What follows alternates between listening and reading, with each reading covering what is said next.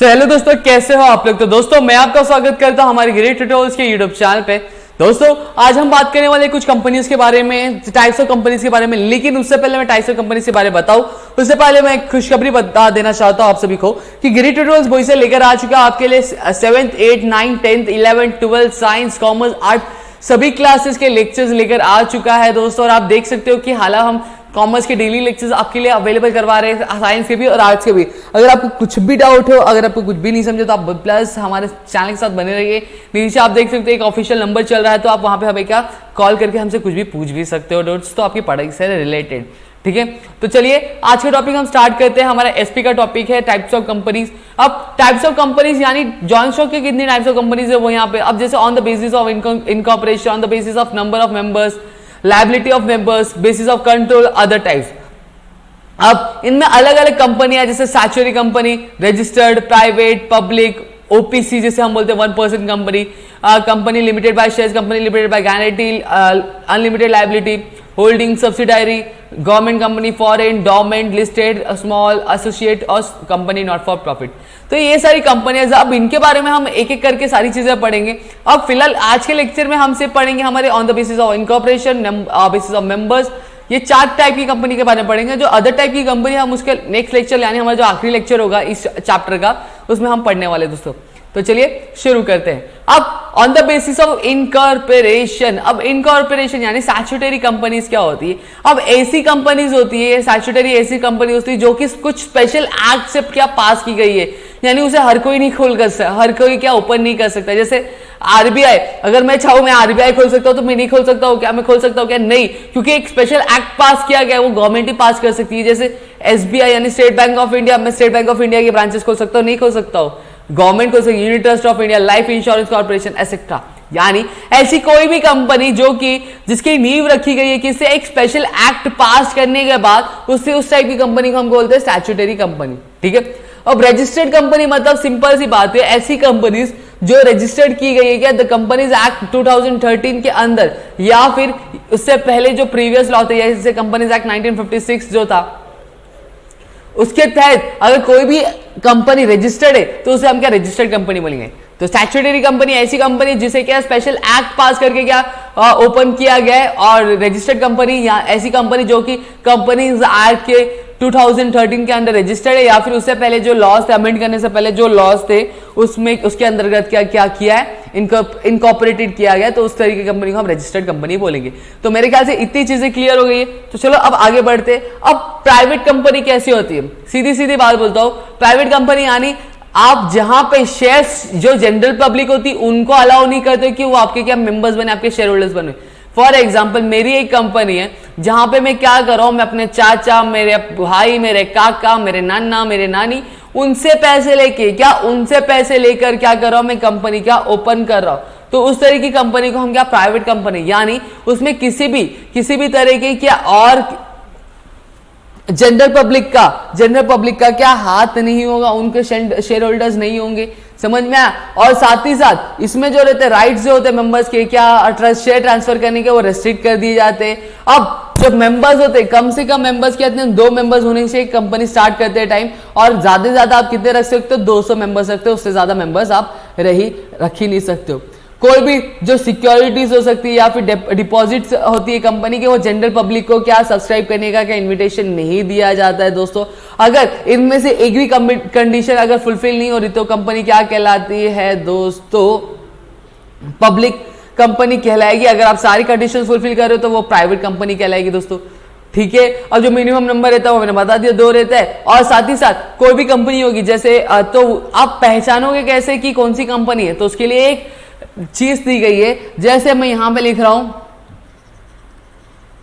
Shyam textile. अब आपको कैसे पता चलेगा कि प्राइवेट कंपनी या पब्लिक कंपनी है, तो वहां पे आपको पता चलेगा अगर कंपनी के नाम के बाद प्राइवेट लिमिटेड है तो ये कौन सी कंपनी है, प्राइवेट कंपनी है। अगर सिर्फ लिमिटेड है तो कौन सी कंपनी रहेगी, पब्लिक कंपनी रहेगी। समझ में आया। एक और बात समझाता हूं, अगर कोई भी कंपनी अगर प्राइवेट कंपनी तो उसके नाम के आखिर में उसको प्राइवेट लिमिटेड लगाना क्या जरूरी है दोस्तों। समझ में आया, क्योंकि वो कंपनी लिमिटेड होती है, शेयर से लिमिटेड होती है, फिर गारंटी से लिमिटेड, हर चीज से क्या वो लिमिटेड रहती है, इसलिए क्या प्राइवेट लिमिटेड डालेंगे हम। इतनी चीजें समझे सबको। और पब्लिक कंपनी क्या होती है, तो अगर श्याम टेक्सटाइल है तो ये मुझे कैसे पता चलेगा पब्लिक या प्राइवेट है, क्योंकि श्याम टेक्सटाइल अगर प्राइवेट कंपनी होगी तो वहां पे क्या प्राइवेट लिमिटेड होगा, अगर पब्लिक कंपनी होगी तो वहां पे क्या होगा श्याम टेक्सटाइल लिमिटेड होगा।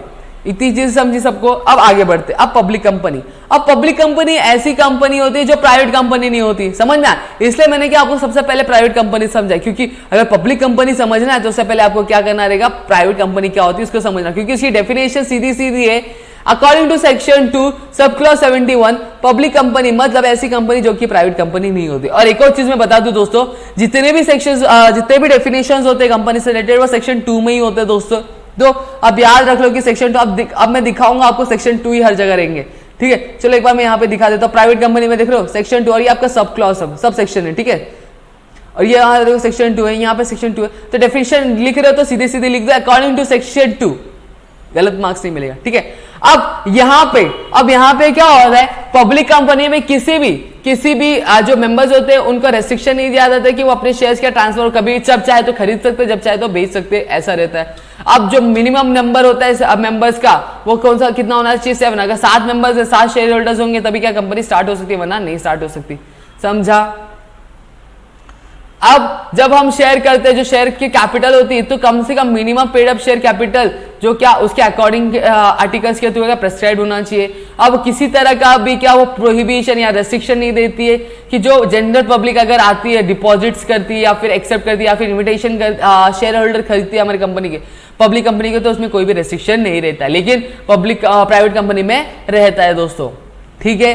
अब 1% कंपनी, यानी नाम से ही पता चल रहा है यार भाई 1%, यानी एक अकेला इंसान, एक लौता इंसान की कंपनी होगी, उसमें ज्यादा लोग इन्वॉल्व नहीं करेंगे। यानी according to section 2 sub section 62 1% company एक ऐसी कंपनी जिसमें एक ही पर्सन क्या होता है, मेंबर रहता है। और ये प्राइवेट लिमिटेड कंपनी होती है, क्या एक प्राइवेट लिमिटेड कंपनी की तरह ही होती है, लेकिन उसके कुछ कैरेक्टरिस्टिक जो होते हैं अलग होते हैं, उसके रूल्स जो होते हैं अलग होते हैं, समझा?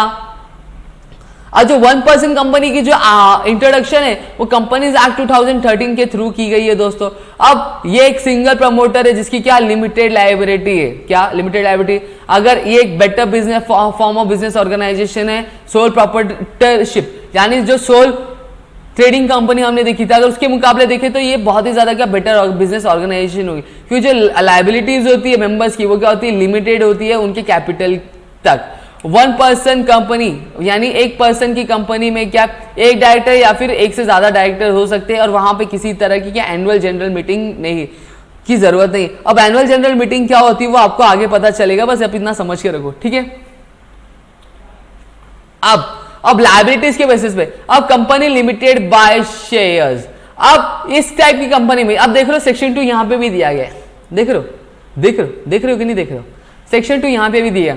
तो ऐसी कंपनीज जिनके शेयर कैपिटल या फिर जो लायबिलिटी होती है, जो लायबिलिटी हर एक मेंबर की, अगर जैसे 10 रुपए है, 10 रुपए एक शेयर का कैपिटल और मैंने एक शेयर खरीदा है, तो मेरी जो लायबिलिटी होगी जितने, फॉर एग्जांपल मैंने शेयर के लिए 2 ही रुपए अभी तक पे किया है, तो मेरी लायबिलिटी कितनी होगी, 8 रुपए ही होगी। अब 10 रुपए से ज्यादा मेरी लायबिलिटी नहीं जाएगी।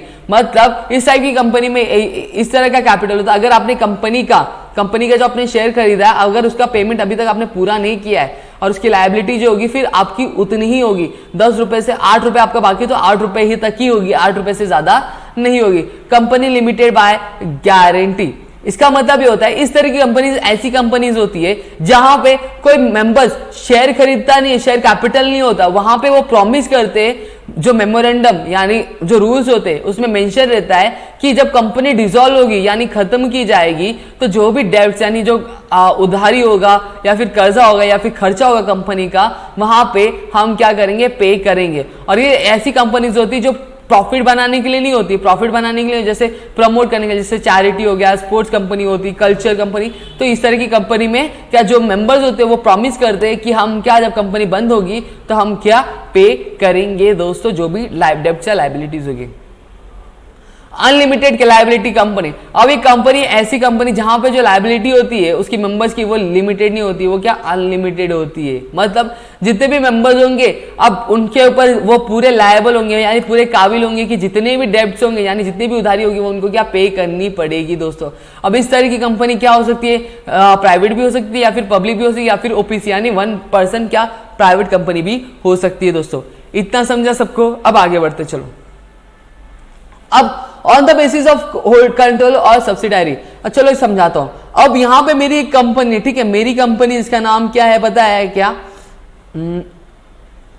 Johnny company. क्या? जॉनी कंपनी है। अब यहां पे मैं क्या कर रहा हूं, मैंने शेयर्स क्या रिलीज किए और मैं क्या सबको ऑफर कर रहा हूं, ठीक है।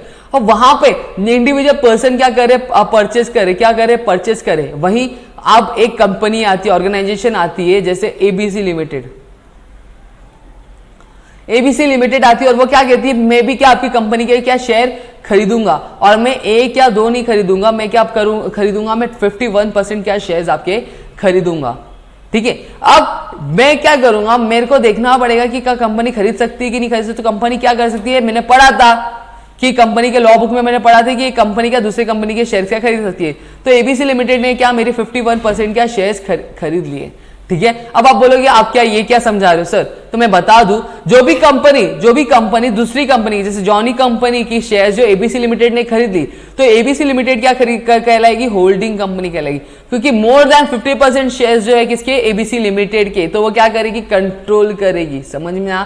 अब सब्सिडायरी कंपनी क्या होती, जिसके अभी जॉनी कंपनी होगी हमारी सब्सिडायरी कंपनी, यानी जिसके 51% शेयर दूसरी कंपनी ने खरीद लिया, उसे हम क्या कहेंगे, सब्सिडायरी कंपनी कहेंगे दोस्तों। यानी एबीसी लिमिटेड के पास क्या ज्यादा पावर्स होंगे बाकी शेयर होल्डर्स के ज्यादा। क्यों? क्योंकि इसने क्या सबसे ज्यादा शेयर्स खरीदे हैं दोस्तों।